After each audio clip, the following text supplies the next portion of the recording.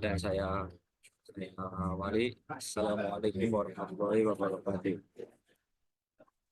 Salam sejahtera untuk kita semua. Shalom, Om Swastiastu, Namo Buddhaya, salam kebajikan, rahayu.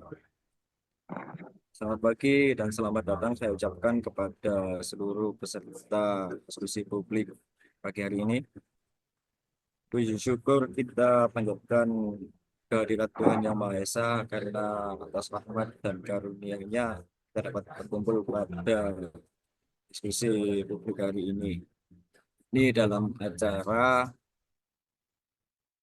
diskusi publik terkait tantangan penegakan hukum terhadap kejahatan cyber di Indonesia yang eh,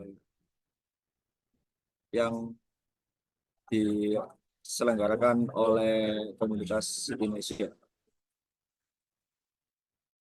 Sebelum lanjut ke pemaparan materi, izinkan saya memperkenalkan diri terlebih dahulu. Perkenalkan, saya Septian Adi Nugroho selaku moderator yang memandu jalannya seminar ini atau diskusi berikut ini dari awal hingga selesai. Hadirin semua, tema seminar kita pada hari ini adalah isu hukum di balik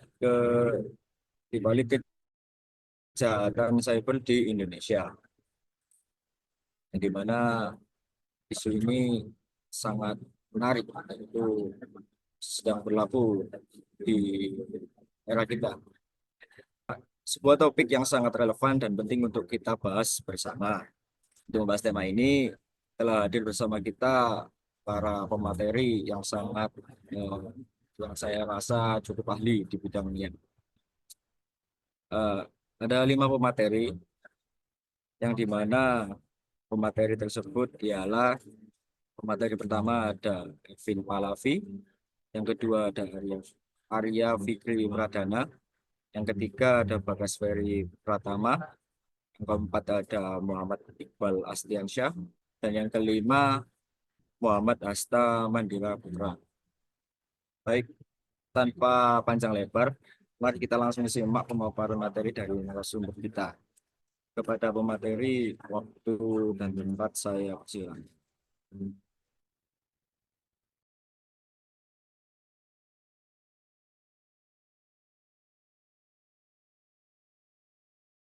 Baik, terima kasih kepada Mas Moderator. Izinkan saya untuk menyampaikan materi yang pertama tentang tantangan penegakan hukum terhadap kejahatan cyber di Indonesia. Bisa next slide.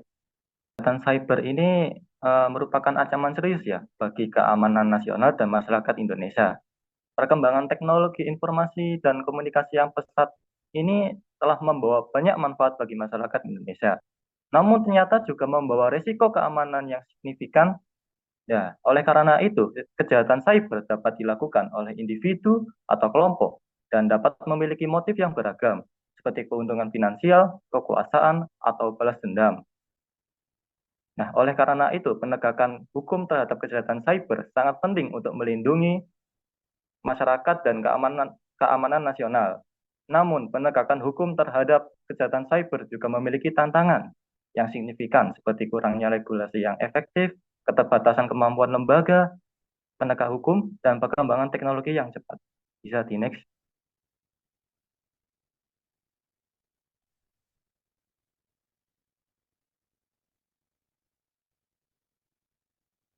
Nah, selanjutnya adalah definisi dan jenis kejahatan cyber. Nah, kejahatan cyber ini adalah tindakan ilegal ya, yang dilakukan melalui internet atau sistem komputer. Jenis kejahatan cyber itu ada beberapa macam, meliputi yang pertama itu phishing atau penipuan online yang dilakukan dengan mengirimkan email atau pesan yang terlihat legit tetapi sebenarnya bertujuan untuk mencuri informasi pribadi. Itu sangat banyak sekali yang terjadi. Misalnya seperti dikirimkan link, ketika dibuka malah datanya yang dicuri gitu. Lalu selanjutnya adalah malware atau perangkat lunak yang dirancang untuk merusak atau mengakses sistem komputer tanpa izin. Yang ketiga adalah hacking, tindakan mengakses sistem komputer atau jaringan tanpa izin. Yang keempat, penipuan online. Penipuan yang dilakukan melalui internet seperti penipuan pembayaran atau penipuan investasi. Lalu yang terakhir adalah cyberbullying. Ini sangat sering terjadi ya akhir-akhir ini, dan sasarannya itu tidak terjadi pada anak muda saja, tetapi juga kalangan dewasa juga. Tindakan mengancam atau melecehkan seseorang melalui internet atau media sosial. Selanjutnya, Baik, selanjutnya ada tantangan hukum dan regulasi. Yang pertama adanya kekurangan regulasi yang efektif.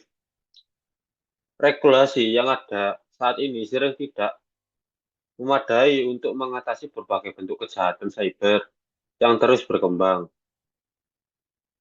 Banyak undang-undang yang belum diperbarui untuk mencakup teknologi baru dan metode kejahatan yang muncul. Misalnya undang-undang yang mengatur tentang transaksi elektronik dan pelindungan data pribadi masih memiliki celah yang dapat dimanfaatkan oleh pelaku kejahatan cyber. Hal ini menyebabkan kesulitan dalam penegakan hukum dan pelindungan terhadap korban.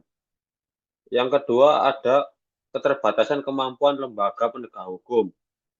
Lembaga penegak hukum di Indonesia seperti kepolisian seringkali menghadapi keterbatasan dalam hal sumber daya manusia dan teknologi. Banyak tugas yang tidak memiliki pelatihan khusus dalam menangani kejahatan cyber, sehingga mereka kesulitan dalam menyelidiki dan mengungkap kasus-kasus yang kompleks.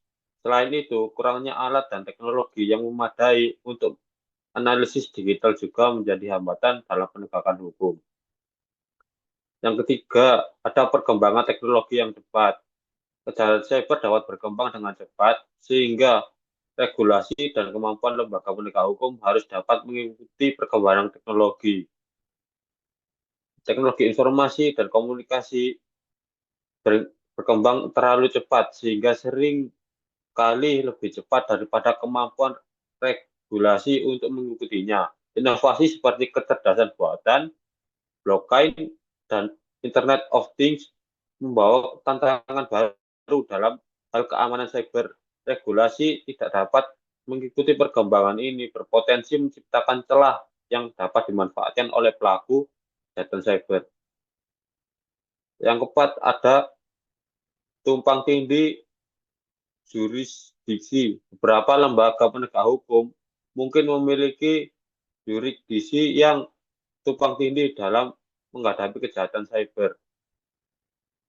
Karena kejahatan cyber yang sering terjadi mengakibatkan pelaku dan korban yang berada di lokasi geografis yang berbeda, sehingga menimbulkan masalah jurisdiksi tumpang tindih di antara berbagai lembaga penegak hukum, baik di tingkat nasional maupun internasional, dan juga dapat menghambat proses penyelidikan dan penuntutan. Hal ini juga menyulitkan dalam hal kerjasama internasional karena setiap negara mungkin memiliki undang-undang dalam prosedur yang berbeda. Next.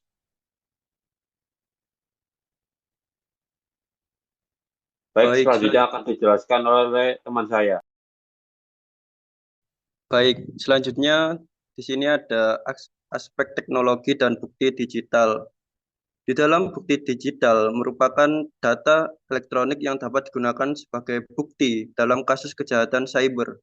Tantangan dalam mengumpulkan dan memproses bukti digital antara lain, yang pertama ada keterbatasan kemampuan lembaga penegak hukum, yaitu lembaga penegak hukum mungkin tidak memiliki kemampuan yang cukup untuk mengumpulkan dan memproses bukti digital. Yang kedua, yaitu perkembangan teknologi yang sangat cepat. Bukti digital dapat berubah dengan cepat, sehingga lembaga penegak hukum harus dapat mengikuti perkembangan teknologi. Yang terakhir, perlunya keahlian khusus, yaitu mengumpulkan dan memproses bukti digital memerlukan keahlian khusus. Oke, selanjutnya akan dilanjutkan oleh rekan saya. Next. Baik, yang selanjutnya ada kerjasama internasional. Kerjasama internasional sangat penting dalam menghadapi kejahatan cyber untuk segera menyelesaikan permasalahannya. Adapun contoh kerjasama internasional antara lain Yang pertama, Interpol adalah organisasi kepolisian internasional yang dapat membantu dalam menghadapi kejahatan cyber. Selanjutnya, nomor 2, yaitu ada Europol. Adalah organisasi kepolisian yang dapat membantu dalam menghadapi kejahatan cyber. Yang ketiga, kerjasama bilateral dan multilateral, yaitu kerjasama antar negara-negara dapat membantu dalam menghadapi kejahatan cyber yang ada. Next, selanjutnya akan dijelaskan oleh rekan saya.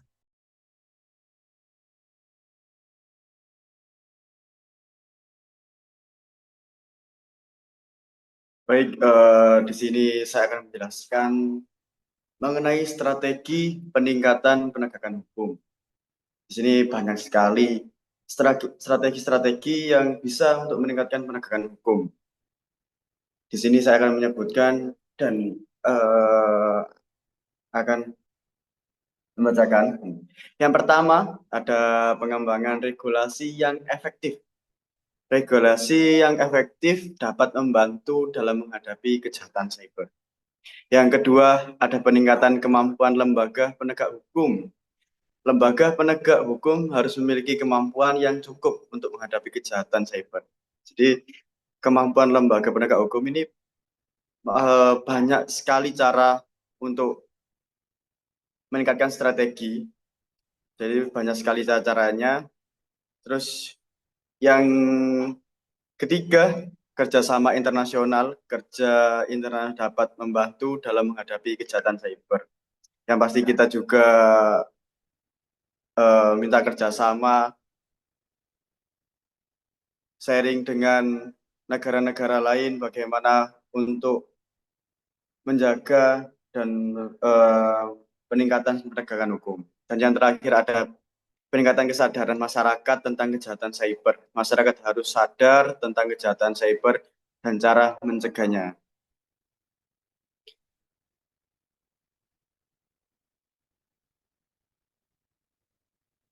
Terima kasih. Next.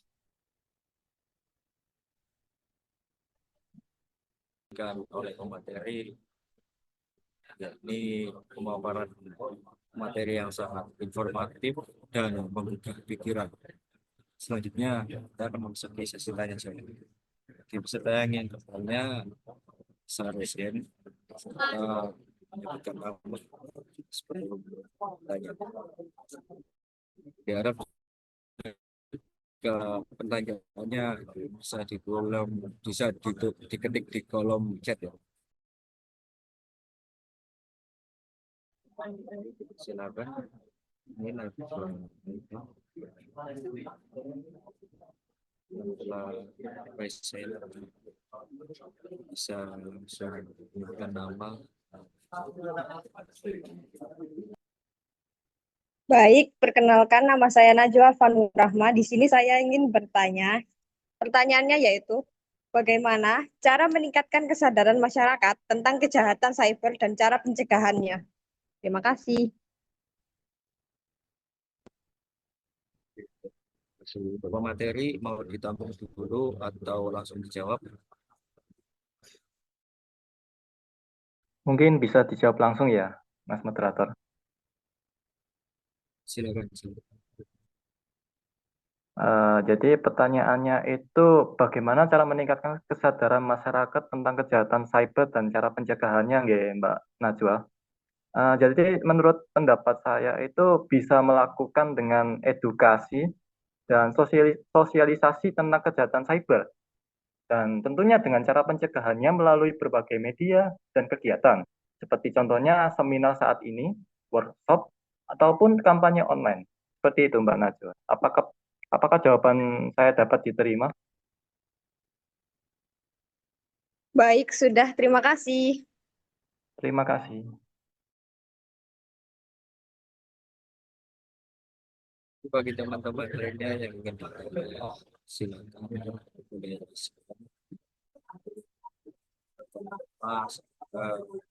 soal yang ditanyakan kepada pemateri kita.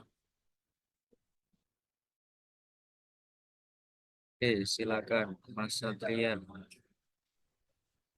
Oke, eh, di sini saya ingin bertanya bagaimana cara meningkatkan efektivitas penegakan hukum kejahatan cyber di Indonesia dan apa hasil yang diharapkan. Terima kasih.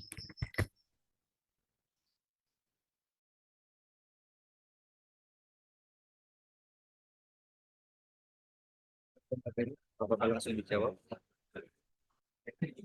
Baik, langsung saja saya jawab. Tadi pertanyaannya bagaimana cara meningkatkan efektivitas penegakan hukum kejahatan cyber di Indonesia dan apa hasil yang diharapkan? Ya, betul. Yaitu dengan cara meningkatkan sumber daya manusia, meningkatkan kerjasama antar lembaga penegak hukum, dan meningkatkan kesadaran masyarakat. Nah, hasil yang diharapkan adalah penurunan jumlah kejahatan cyber dan peningkatan keamanan cyber di Indonesia. Bagaimana, bisa diterima? Baik, bisa diterima. Terima kasih.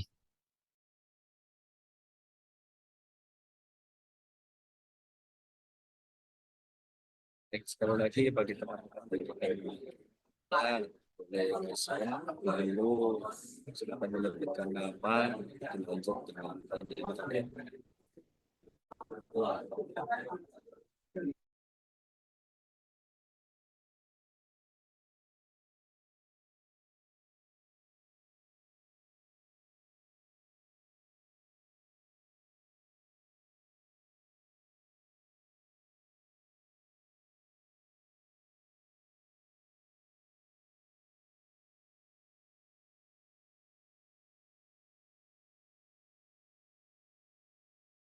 tidak ada lagi.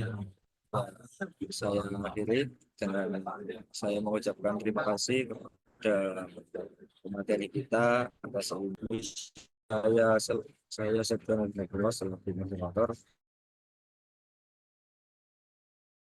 Mohon maaf apabila ada kekurangan dalam diskusi kali ini. Assalamualaikum warahmatullahi wabarakatuh.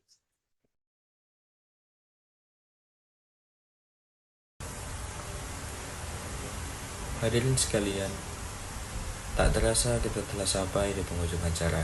Terima kasih kepada pemateri atas ilmu dan wawasan yang telah dibagikan.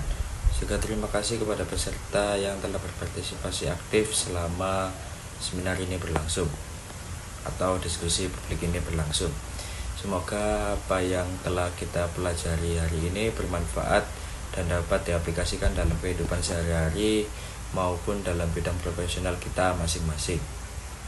Sebelum mengakhiri, izinkan saya untuk membacakan kesimpulan. Penegakan hukum terhadap kejahatan siber di Indonesia menghadapi berbagai tantangan serius, seperti kurangnya regulasi efektif, keterbatasan kemampuan aparat penegak hukum, dan pesatnya perkembangan teknologi. Jenis-jenis kejahatan cyber yang beragam seperti phishing, malware, hacking, hingga cyberbullying merupakan pendekatan hukum dan teknis yang khusus. Pengumpulan dan pemrosesan bukti digital juga menjadi kendala tersendiri karena membutuhkan keahlian dan perangkat teknologi yang canggih. Oleh karena itu, strategi penegakan hukum harus mencakup pembaruan regulasi, peningkatan kapasitas SDM, serta kerjasama internasional yang kuat melalui institusi seperti Interpol dan Europol. Kesadaran masyarakat juga penting sebagai lini pertahanan pertama. Dengan pendekatan yang komprehensif dan terkoordinasi, Indonesia dapat meningkatkan ketahanan cybernya dan memberikan perlindungan yang lebih baik terhadap ancaman digital yang terus berkembang. Baik, sekian dari saya Septian Nugroho selaku moderator. Mohon maaf apabila ada kekurangan dalam memandu diskusi kali ini. Saya akhiri dan saya tutup. Wassalamualaikum warahmatullahi wabarakatuh. Salam sejahtera dan sampai jumpa di kesempatan berikutnya.